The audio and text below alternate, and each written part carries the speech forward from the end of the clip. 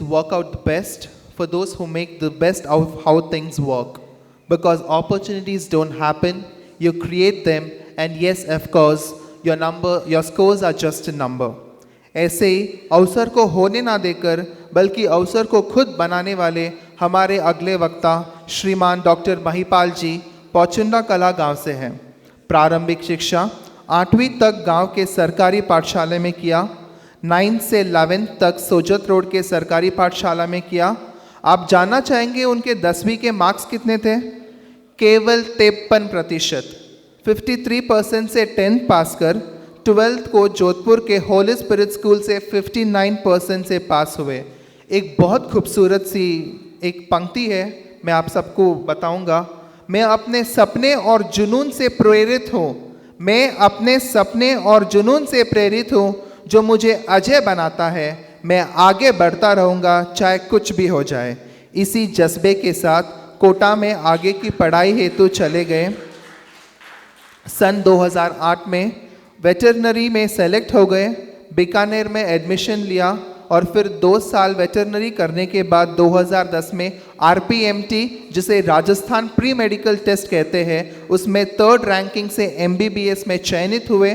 2010 से 2016 तक Sawai Mansingh college medical college of Jaipur से MBBS कंप्लीट कर 2016 से 2022 तक सिरोही जिले के राजस्थान सरकार में मेडिकल ऑफिसर के तौर पर कार्यरत रहे। 2022 में MD के लिए चयनित होकर हाल ही में सवाई मानसिंह मेडिकल कॉलेज में रेडियो डायग्नोसिस में MD की तैयारी चल रही है। मैं विनोद जी से निवेदन करूंगा कि महिपाल जी का स्वागत करें।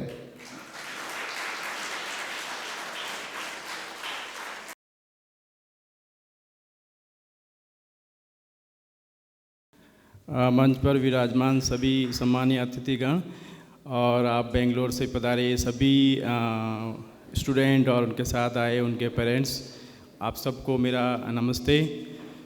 तो महेंद्र जी ने मेरे को बताया है कि सर आप इतनी मुश्किल और इतनी संघर्ष भरी स्थिति से आप डॉक्टर बने, तो आप बेंगलोर आओ और हमारे स्टूडेंट को भी कुछ मोटिवेट करो। तो मुझे भी अच्छा लगा कि बिल्कुल क्यों नहीं, अपने अनुभव उनके साथ ज़रूर शेयर करूँगा। तो जो अपने यहाँ बिजनेसमैन है या जो अपने अतिथिगण जो सामने आज गेस्ट वक्ता जो आए हैं, इन सब की जर्नी बहुत ही कठिन और बहुत ही मुश्किल भरी रही, मेरी भी रही। क्योंकि पहले के टाइम में, आज से 20 साल पहले 15 साल पहले अपने समाज के जो सर्विस में रहे या बिजनेसमैन में रहे ना, उन सबको बहुत मेहनत करनी पड़ी।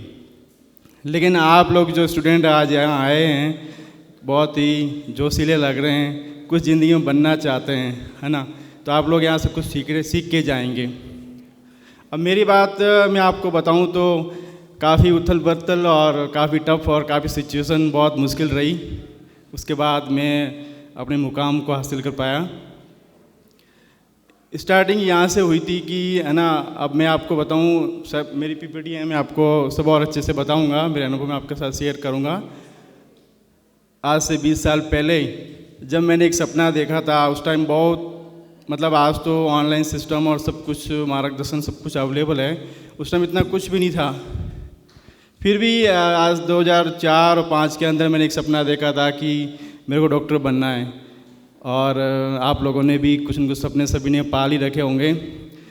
तो अब सपना तो मैंने देख लिया, लेकिन सिचुएशन इतनी गजब टफ थी कि अनपढ़ माँ बाप, पैसे वैसे कुछ है नहीं। अब आप बड़ी कोचिंग में आप पढ़ने भी जाओगे, कुछ भी ढूंढोगे, सब कुछ कहाँ से लाओगे। लेकिन मन में सपना था कि नहीं, करना तो यही है। तो वो क्या जर्नी रही, कैसे मैंने उन चीज़ों को हासिल किया, कुछ दूसरे लोगों से कैसे अलग किया, जो मैं आज आपके साथ शेयर करूंगा। क्योंकि कहीं ना कहीं कुछ एक्स्ट्रा चीज़ें ही अपने को करनी पड़ती हैं। जो आज आपके पेरेंट्स यहाँ पे 35 साल से या 20 साल से जो भी यहाँ पे हैं, उन्होंने भी कुछ दूसरों से कुछ अलग किया है, तभी वो आज अपना बिजनेस यहाँ जमा पाए।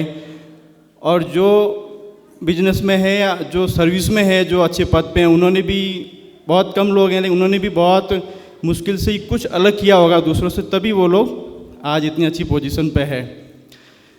तो मैं महेंद्र जी को कहूँगा कि भैया मेरी जो, क्योंकि ऐसे तो कुछ याद रहता नहीं है कि ठीक है पीपीटी के थ्रू जो चीज़ें हैं जो आप लोगों के लिए कुछ मैं अपने अनुभव से आपके साथ शेयर कर देता हूँ, है ना।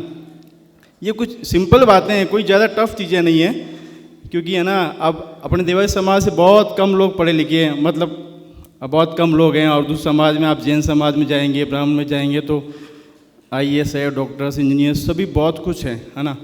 लेकिन अपन लोग अभी भी पीछे हैं। उसका रीज़न यही है कि अपन थोड़ा सा कुछ अलग नहीं करते। तो मैंने जब शुरुआत की थी तो मैंने हमेशा यही सोचा था कि मन में सपना तो है, कुछ चीज़ें ऐसा बेस, कुछ चीज़ें ऐसी जो अपने अंदर ऐसी मजबूत चीज़ें हैं उनको फॉलो करेंगे, और कुछ चीज़ें उनसे कुछ अलग करेंगे तो अपन जरूर आगे बढ़ जाएंगे, उन लोगों को कम्पीट कर देंगे। तो मैं आपके साथ कुछ छोटी छोटी चीज़ें हैं, मतलब इतना कोई ज़्यादा बड़ी नहीं है, लेकिन आप लोग इनको फॉलो करेंगे तो डेफिनेटली आप लोग फ़ायदा पहुँचेगा आपको इन सब सारी चीज़ों से। क्योंकि सिचुएशन आपकी और हमारी में बहुत अंतर आ गया है। क्योंकि आज से 20 साल पहले मैं उस टाइम PMT हुआ करता था, डॉक्टर बनने के लिए PMT का एग्ज़ाम होता था। आज अब नीट हो गया है, तो काफ़ी सिचुएशन बदल गई है, लेकिन बेसिक चीज़ें सेम है, अलग कुछ भी नहीं है ना। तो अब सब, क्योंकि ये जो मेन दिशा प्रोग्राम है ना स्टूडेंट ओरिएंटेड है, ऐसे नहीं कि भाई कुछ दूसरी चीज़ इधर उधर की बातें करें, ऐसा तो मैं नहीं कर सकता। आप कुछ आपके लिए हैं तो आप इन सब चीज़ों को सीख के जाए, आपके लिए प्रोग्राम रखा गया है। तो आप 8th क्लास से लेके ग्रेजुएशन तक के सारे स्टूडेंट यहाँ पे है। तो मैंने कैसे इन चीज़ों को हासिल किया और आप लोगों को कैसे करना चाहिए, मैं ये चीज़ आपके साथ शेयर करता हूँ। तो सबसे पहला यही है कि है ना, आपके अंदर पोटेंशियल खूब है। ऐसा नहीं है कि भाई कोई भी विद्यार्थी कमज़ोर हैं या जिसके परसेंटेज कम है। मेरी परसेंटेज बहुत कम थी, लेकिन फिर भी मैं आज अभी MD कर रहा हूँ रेडियो डायग्नोसिस के अंदर, और मैं अपनी मुकाम हासिल कर ली। ऐसा कुछ नहीं है, पोटेंशियल सब है, लेकिन अच्छा मार्गदर्शन ज़रूरी है, ठीक है ना। अच्छी से अच्छी गाड़ी कितनी भी महंगी हो, लेकिन अगर ड्राइवर सही नहीं है ना तो वो गाड़ी कोई काम की नहीं है, भले ही वो 35 लाख की हो चाहे 5 लाख की हो। तो मार्गदर्शन बहुत बहुत ज़रूरी होता है ज़िंदगी के अंदर। तो मार्गदर्शन की शुरुआत करते हैं। आप सब लोग अपना, चाहे कॉलेज हो चाहे स्कूल हो, उसके अंदर 50 स्टूडेंट हो चाहे 35 स्टूडेंट हो, पढ़ाने वाले सबके सेम होते हैं। स्कूल भी सबकी सेम होती है, लेकिन रिजल्ट सबके बराबर नहीं आते हैं। उसका भी रीज़न होता है। क्यों आता है कि कुछ लोगों को अपनी मुकाम हासिल हो जाता है और कुछ लोग फेल हो जाते हैं या कॉम्पिटिशन एग्ज़ाम देते हैं उसमें वो पास नहीं हो पाते हैं। उसका भी अपना रीज़न होता है। तो क्या रीज़न होता है, क्या वो ट्रिक्स होती है, क्या वो टेक्निक्स होती हैं जो आपको, सबसे पहला है ना, स्टूडेंट इस चीज़ का ध्यान रखे, जो मैंने भी इस चीज़ का बहुत ध्यान रखा था कि टाइम जो होता है ना वो सबसे बड़ी चीज़ है, पैसों से भी बड़ी चीज़ होती है। समय का कभी भी गलत यूज़ नहीं करना चाहिए। तो सबसे पहले आप जब अपनी कोई भी सब्जेक्ट आप पढ़ते हो तो आपको डेली स्टडी करना ज़रूरी है। मैं भी आज MD कर रहा हूँ, PG कर रहा हूँ, तो मैं भी हमेशा इस चीज़ का, चाहे मेरे पास कितना ही काम हो, घर का हो चाहे हॉस्पिटल का हो, कुछ भी हो, मैं स्टडी हमेशा डेली करता हूँ। चाहे 1 घंटे ही पढ़ा, डेली पढ़ा, लेकिन पढ़ना डेली। तो आप लोग चाहे 5वीं क्लास में हो, 10वीं में हो, किसी भी क्लास में हो, कभी भी चीज़ों को मिस नहीं करना है, डेली पढ़ना है। चाहे आधा घंटा ही हो, 1 घंटा ही हो, लेकिन आपकी किताब जरूर आपको खोलनी। एक आपने वो माइकल फेल्प्स का नाम सुना होगा, स्विमर थे वो, उन्होंने सबसे ज़्यादा गोल्ड मेडल जीते हैं। उनकी एक सबसे बड़ी खासियत, और भी कई सारी खासियत थी, लेकिन एक सबसे बड़ी थी कि वो डेली स्विमिंग के लिए जाते थे। तो अपनी स्टडी को हमेशा डेली और कंटिन्यू करना है, ठीक है। दूसरा ये है कि अपना जो सब्जेक्ट है उन सब के लिए, दूसरा ये कि एक्टिव लर्निंग में आपको ये दूसरी चीज़ बता दूँगा। एक्टिव लर्निंग का मतलब ये है, आप कॉलेज की क्लास में बैठते हैं, स्कूल में बैठते हैं ना, तो हमें फोकस हमेशा अपनी टीचर जो पढ़ा रहा है उस पर आपका होना चाहिए। ऐसे नहीं कि आप क्लास में पढ़ रहे हैं, मैडम पढ़ा रही है, सर पढ़ा रहे हैं, और आप कुछ दूसरी बातों के लिए सोच रहे हैं कि घर जाके मैं वहाँ शादी में जाना है, दोस्त के पास जाना है। आपको कभी भी वो चीज़ें आपको सीखने को नहीं मिलेगी, आपके दिमाग में बैठेगी ही नहीं। पूरा फोकस जो होता है ना अपने टीचर की बातों पे और अपनी क्लास में अटेंशन जो होता है ना वो पूरा देना चाहिए। अगर अटेंशन आपका वीक होगा तो आपका सब्जेक्ट पूरा वीक होगा, आपका पूरा साल और आपके जो मार्क्स होंगे वो भी वीक ही होंगे, इतने नहीं आ पाएंगे। तो एक्टिव लर्निंग पे हमेशा आपको फोकस करना है। अगला है कि जो हेल्दी ना जीवन शैली जो होती है ना वो हमेशा हेल्दी होनी चाहिए। हेल्दी जीवन शैली से मतलब ये है कि अब स्टूडेंट जो होते हैं ना बिल्कुल अस्त व्यस्त जीवन जीते हैं, ज़्यादा मोबाइल चला लेंगे, जब मर्जी होंगे तब सो लेंगे, ज़्यादा सो लेंगे, कोई उनका सिस्टम नहीं होता। जब तक सफलता का एक ही सबसे पहला फॉर्मूला आता है कि उसके जीवन में अनुशासन होना चाहिए। अगर अनुशासन की कमी है ना तो आप आगे नहीं बढ़ पाएंगे। तो सबसे पहले यही है कि आपका जो सोने का और जागने का जो टाइम है हमेशा फिक्स होना चाहिए। कभी कभार चल जाता है, कोई नहीं, अगर आप 10 बजे सोते हैं, सुबह 4 या 5 बजे उठते हैं तो हमेशा इस चीज़ को आपको फॉलो करना ही चाहिए। दूसरी चीज़ ये है कि खान पान आजकल, पहले तो फिर भी ठीक था, अब थोड़ा बहुत कुछ अलग हो गया है। जैसे अपन माँ पेरेंट्स होते हैं बच्चों को कि ठीक है लाड प्यार में कुछ भी खिला पिला देते, लेकिन ऐसा कभी नहीं होना चाहिए, क्योंकि अपना जो माइंड है ना पूरा खान पान पर टिका हुआ होता है। अपन जैसा खाए, जैसे पुरानी कहावत है कि जैसा खाया वैसा हो मन, तो दिमाग में सब कुछ वैसा होता है। तो ठीक है कभी कभार चलता है, लेकिन पिज़्ज़ा बर्गर, मैंने एक स्लाइड भी लगाई है आप लोगों के लिए, पिज़्ज़ा बर्गर चाउमीन ये जो चीज़ें कुरकुरे ये बहुत कम खाने। अब मैं मेडिकल फील्ड से बिलोंग करता हूँ तो मुझे इन चीज़ों की ये है कि भाई इस चीज़ों को अवॉइड ही करना चाहिए। अच्छी चीज़ें हमेशा अपने जीवन में, चाहे सलाद हो, अच्छे ड्राई फ्रूट्स हो, अच्छा खाना, इन चीज़ों का, क्योंकि आपका माइंड जो उसी से रिलेटेड चीज़ें होती है। दूसरा ये है कि कभी भी इतने भी बिल्कुल इंट्रोवर्ट होकर नहीं रहना चाहिए। कभी जब भी टाइम मिले, सप्ताह में 1 दिन या 15 दिन वगैरह अपने स्पोर्ट्स में जरूर पार्टिसिपेट आपको करना चाहिए, चाहे स्कूल का हो, चाहे कॉलेज का हो, चाहे अपने समाज का हो, किसी में भी। वीडियो गेम्स वगैरह वो चीज़ अलग है, उसमें नहीं, स्पोर्ट्स के अंदर जो फिजिकल एक्टिविटीज़ है उसमें भी आपको बहुत फ़ायदा देती है।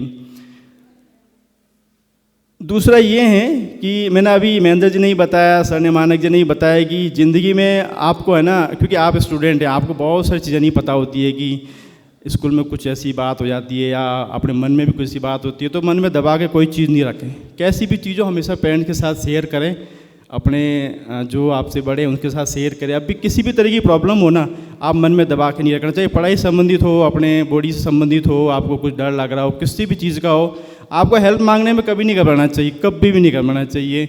जो भी इस संबंध से जुड़ा हुआ हो, इस रिलेटेड जो कोई बता सकता हो, अच्छा व्यक्ति, एरोगेरो से नहीं, जो कुछ नहीं जानता उससे नहीं, जो बता सकता उससे आपको ज़रूर हेल्प उस संबंध में लेनी चाहिए। कभी भी संकोच नहीं करना चाहिए। क्लास में भी अगर कोई चीज़ समझ में नहीं आई है ना, तो हाथ खड़ा करके मैडम से या सर से आपको उस चीज़ को जरूर डाउट क्लियर करके आना चाहिए। ऐसा नहीं कि वहीं से डाउट आपने मन में या अपने घर में लेके आ गए और वो आगे तक डाउट बना रहा। ठीक है, ठीक है। दूसरा ये है कि पॉजिटिव माइंडसेट, हमेशा अपने मन में पॉजिटिव माइंडसेट रखना है। अब मैंने जब 20 साल पहले जब ये सोचा कि मुझे डॉक्टर बनना है तो कोटा जाना है, पीएमटी की पढ़ाई करनी, जब मैं वहाँ कोटा गया तो मैं वहाँ जब शुरुआत में गया तो मैं वहाँ घबरा गया, क्योंकि इतने सारे स्टैंडर्ड लोगों को देखा, इतने सारे पढ़ने वाले बहुत टॉपर स्टूडेंट को देखा, तो मुझे लगा कि अपना यहाँ पार पढ़ने वाली नहीं है। लेकिन मेरा माइंडसेट मैंने हमेशा पॉजिटिव रखा। मैंने हमेशा यही सोचा कि कुछ तो ऐसी चीज़ होगी जो अपने अंदर अलग होगी और अपन इन लोगों से सीखेंगे। जो दूसरे क्लास में पढ़ने वाले अच्छे स्टूडेंट उनसे भी सीखेंगे, और जो टीचर्स हैं उनसे सिखाएंगे, और जो एलन का जो सिस्टम है उसको अपन फॉलो करेंगे और ज़रूर होगा। क्योंकि जब मन में सपना आया है तो ये पूरा भी होगा, क्योंकि सपना भी तभी तो आता है ना, अपन जब देखते हो जब वो पूरा हो सकता है तभी तो मन में आता है। तो ज़रूर मैंने ये चीज़ हमेशा पॉजिटिव अपने माइंड में रखी। तो आपको भी कभी भी निराश नहीं होना है। कभी आपके मार्क्स कम आ जाए कि उसके तो 90 आ गए, मेरे तो 80 आए, 60 आए, कभी भी निराश नहीं होना। कोई बात नहीं, मैं अगली बार मेहनत करूँगा, लेकिन निराश नहीं होना। अपने आप को पॉजिटिविटी से हमेशा भर के रखना। नेगेटिव से बहुत सारी चीज़ें गलत हो जाती है, नेगेटिविटी से, इस चीज़ का हमेशा ध्यान रखना है। ठीक है। दूसरा ये छोटी छोटी चीज़ें हैं जो आपकी पढ़ने के अंदर आपको हेल्प करेगी, जो मैं भी फॉलो करता था। आप जब भी पढ़ाई करते हो ना, तो कभी भी इतना नाइट आवर्स में कभी पढ़ने वाले पढ़ते हैं, लेकिन कोई नहीं, उतना ज़्यादा रिटेंशन नहीं रहता है आपको। अगर आपको पढ़ाई करनी है तो हमेशा मॉर्निंग में सुबह जल्दी उठ के, जब अगर आप 5 बजे 6 बजे उठ के ही आपको पढ़ाई करनी चाहिए। मैं हमेशा जब स्कूल जाने से पहले या कॉलेज जाने से पहले 1 घंटा 2 घंटा मैं हमेशा पढ़ के जाता था, क्योंकि जो सुबह आपका जो माइंड है ना एकदम चार्ज रहता है, और आपको सुबह पढ़ी हुई चीज़ें हमेशा याद रहती है, कभी नहीं भूलोगे आप। लेकिन आपको नाइट में बोलेंगे आप 2 घंटा 3 घंटा, वो चीज़ें आपको भूलने का उस पर रिविजन की जरूरत पड़ती है, आप भूल सकते हैं, लेकिन सुबह की चीज़ें हमेशा याद रहती हैं। और दूसरा ये है कि सुबह जो होता है ना, अगर कोई भी चैप्टर, किसी भी तरह का चैप्टर अगर आपको नाइट में अगर 3 घंटे में याद होता है, तो सुबह आप 1.5 घंटे में, आधे टाइम में उसको याद कर सकते हो। इतने माइंड की जो पावर है, क्योंकि सुबह एक तो किसी तरह का डिस्टर्बेंस, किसी तरह की कोई चींचा, ये सब चीज़ें सुबह जो नहीं है वो आपको नहीं मिलती है। तो हमेशा कोशिश करें कि हमेशा आप सुबह जल्दी उठ के ही अपनी पढ़ाई को करें। दूसरा ये मैंने एक टेक्निक बताई है कि जो मैं भी इसको फॉलो करता हूँ, आज भी करता हूँ, पहले भी करता था। एक पोमोडोरो टेक्निक होती है। कभी भी आप पढ़ते हो ना तो लंबे टाइम तक, मैं मम्मी ने कह दिया, पापा ने कह दिया पढ़ो, तो मैं बस ठीक है 10 बजे पढ़ने बैठ गया, जो पढ़ ही रहा हूँ 12, 1, 2 बज गई पढ़ ही रहा हूँ। नहीं, ऐसा नहीं करें। माइंड की भी अपनी एक कैपेसिटी होती है, उस हिसाब से पढ़ें, उस हिसाब से आपको रिटेन होगा, चीज़ें आपको लर्न होगी। हमेशा जैसे आप 1 घंटे का एक शेड्यूल बना लें, 45 मिनट तक पढ़ें, उसके बाद में 10 या 15 मिनट का ब्रेक हमेशा लें। उससे क्या है कि जो आपने पढ़ा है ना वो दिमाग में सेटल डाउन हो जाता है, अंदर आपके जम जाता है। कहने का मतलब मोटी बात ये है, मतलब आपको रिटेन रहता है। और थोड़ा ब्रेक लें, और उसके बाद थोड़ा ब्रेक का मतलब ऐसे नहीं कि घूमने चले गए या मोबाइल देखने लगे, नहीं, कुछ पॉजिटिव चीज़ें, किससे कुछ हल्का फुल्का भूख लगे तो खा लिया, पानी पी लिया, या थोड़ा टहल लिया, ये चीज़ होनी चाहिए। फिर अपनी पढ़ाई पे आप बैठ जाओ, लेकिन कुछ लंबा ब्रेक नहीं लेना है, ठीक है। ये पोमोडोरो टेक्निक बहुत काम आती है और इसको आपको फॉलो ज़रूर करें। ये फार्मूला था जिसको मैंने भी फॉलो किया। जब मैं 8वीं क्लास में पढ़ता था तो मेरे अंकल ने मेरे को बताया था। मेरे अंकल ने मेरे को बड़ी दिक्कत होती थी कि चीज़ों को कैसे याद करूं। मैं जब 6ठी या 7वीं था, उस टाइम की बात है, तो मेरे अंकल आज वेटनरी डॉक्टर से अभी रिटायर हो गए हैं। उनका मार्गदर्शन मेरे लिए बहुत कीमती रहा और उनकी वजह से ही मैं आज ये मुकाम हासिल कर पाया इन चीज़ों को हमेशा। तो उन्होंने मेरे को बताया था कि कोई नहीं मेरे पास चीज़ें, मैं एक चीज़ बताता हूँ तेरे को, हमेशा पढ़ने का एक 3R फॉर्मूला होता है।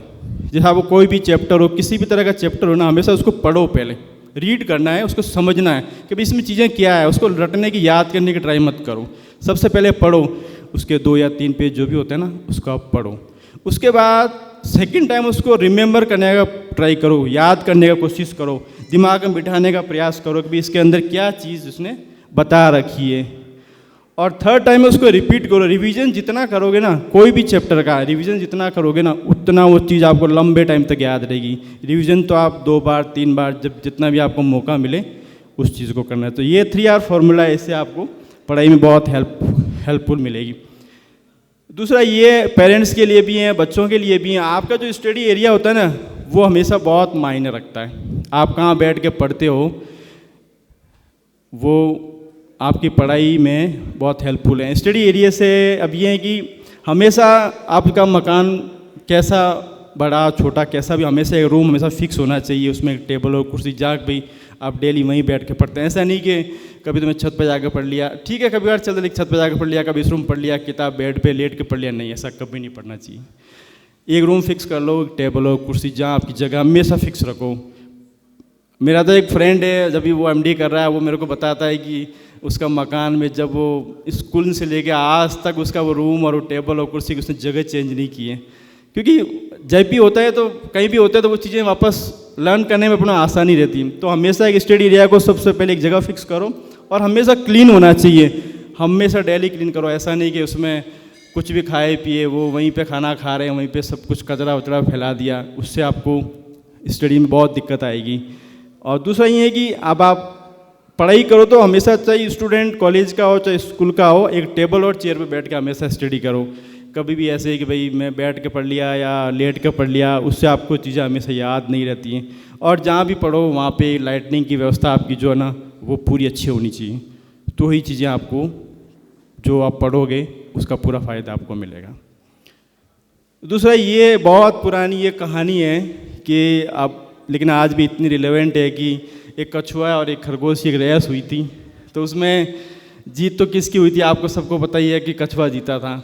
अब उसका क्यों जीता था, क्या रीज़न रहा, तो हमेशा जब मैं एलन में पढ़ता था तो हमारे एक ब्रिजेश माहेश्वरी सर थे, वो हमेशा यही बोलते थे कि कछुआ बनो कछुआ बनो। लेकिन मेरे उस टाइम समझ में ही नहीं आता था कि सर कछुआ कैसे बने, कछुआ तो बहुत धीरे चलता है, कछुए से क्या मतलब है।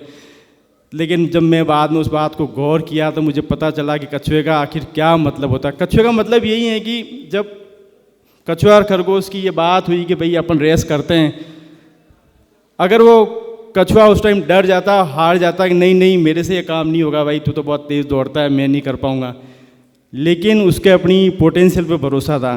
तो जब आप पढ़ाई करते हो ना, पढ़ाई में सतत प्रयास जो है ना, सतत प्रयास मतलब कंटिन्यूटी बहुत ज़रूरी है। ऐसा नहीं कि मैंने 2 दिन पढ़ाई की, 3 दिन तो ब्रेक है, ठीक है कुछ नहीं पढ़ा, फिर 2 दिन और पढ़ लिया, फिर 5 दिन और ब्रेक ले लिया, तुम ऐसा कभी नहीं हो पाएगा। आप जो रेस है ना, जो अपनी कंपटीशन है चाहे किसी भी तरह का हो, उसमें आप उस रेस को आप जीत नहीं पाएंगे या जीतने में आपको बहुत परेशानी का सामना करना पड़ेगा। तो हमेशा कछुआ बन के पढ़े और हमेशा सतत प्रयास करें। तीसरी अगली ये एक ऐसी विजुअलाइजेशन की ऐसी एक टेक्निक है, इसमें कुछ नहीं, ये एक मेरे को मेरे अंकल ने ही बताई थी कि जैसे मान लो अभी 10th क्लास में कोई बच्चा मतलब 10th पास कर लिए या 11th-12th में पढ़ रहा है या कॉलेज में पढ़ रहा है, हर बंदे का एक सपना होता है। जैसे आप आर्ट्स के स्टूडेंट हो तो आप हमेशा ये सोचोगे कि मैं IAS बन जाऊँ, IAS RS बन जाऊँ, कुछ भी है ना। या साइंस बायोलॉजी का विद्यार्थी है तो वो मेडिकल फील्ड के बारे में जरूर सोचेगा, मैथमेटिक्स का तो इंजीनियरिंग के बारे में जरूर सोचेगा, या और कुछ जज बनना है। हर मन में किसी न किसी एक अच्छी नौकरी, अच्छी पोस्ट या बिजनेसमैन बनना है। महेंद्र जी ने बताई है कि पहले तो 5वीं पढ़ के 10वीं पढ़ के वो टाइम था कि अब अपने पेरेंट्स जो हैं यहाँ पे अच्छा बिजनेस उन्होंने बड़ी मेहनत से खड़ा कर लिया, लेकिन अब ऐसा नहीं होता। उन्होंने कहा ना कि ग्रेजुएशन तो मस्ट है, चाहे आप बिजनेस करो चाहे आप नौकरी करो, कुछ भी करो, तो ग्रेजुएशन तो होनी चाहिए। तो अगर आप कुछ भी, चाहे आप डिफेंस में जाना चाहते हैं, आप डॉक्टर बनना चाहते हैं, इंजीनियर बनना चाहते हैं, कुछ भी, विजुअलाइजेशन बहुत जरूरी। विजुअलाइजेशन का मतलब ये है आप जब भी फ्री हो ना कि मैंने पढ़ाई कर ली है, अपना एक आंख बंद करके अपने मन में उस चीज़ का, जिस कॉलेज में आप पढ़ना चाहते हो उस कॉलेज की एक पिक्चर अपने मन में, अपने माइंड में लानी होती है। आप डॉक्टर बनना चाहते हो तो ऐसे ही आप विजुअलाइज करो कि मैं इस हॉस्पिटल में हूँ, मैं पेशेंट का इलाज कर रहा हूँ और ऑपरेशन कर रहा हूँ, ऐसा।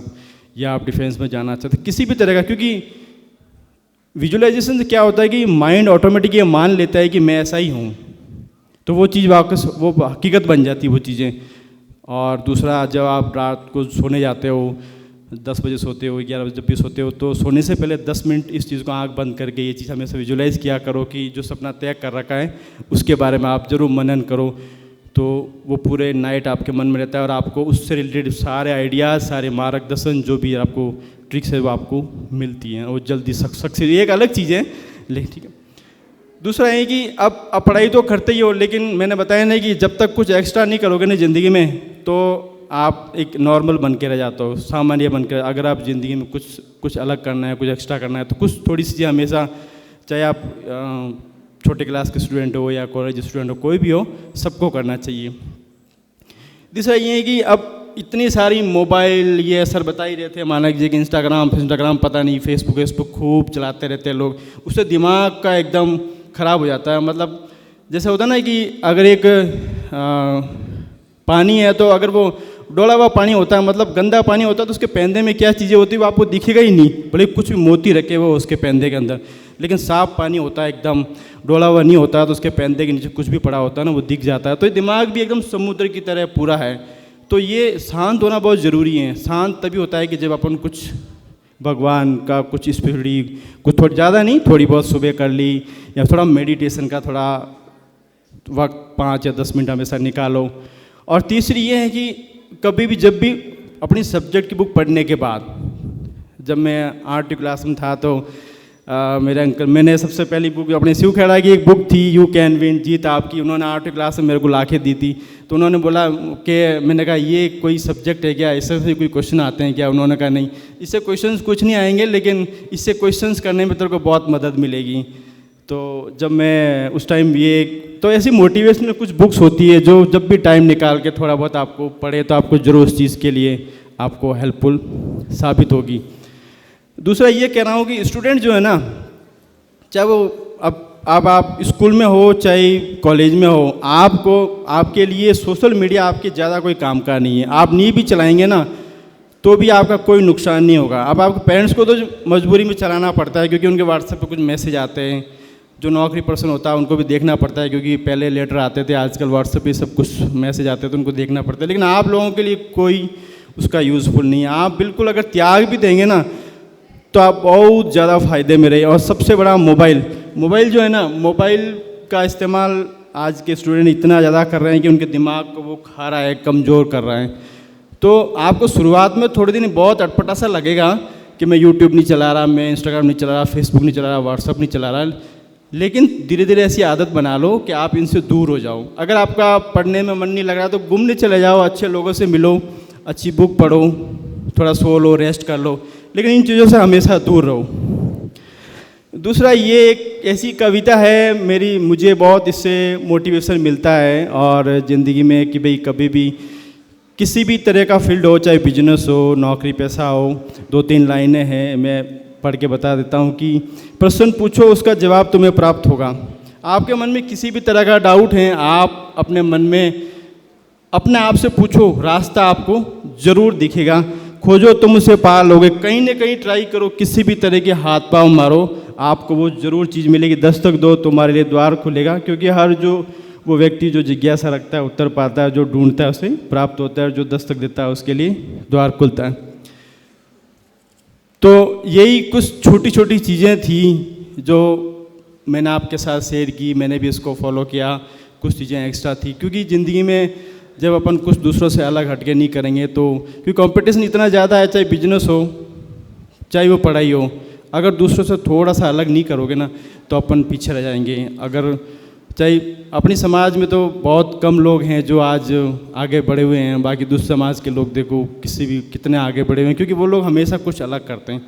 तो आज ये कुछ चीज़ें हैं जो आप अपने मन में कुछ लेके जाओ और कुछ अलग करो, ये चीज़ों को फॉलो करो, आपको ज़रूर अपनी लाइफ में बहुत हेल्पफुल साबित होगा।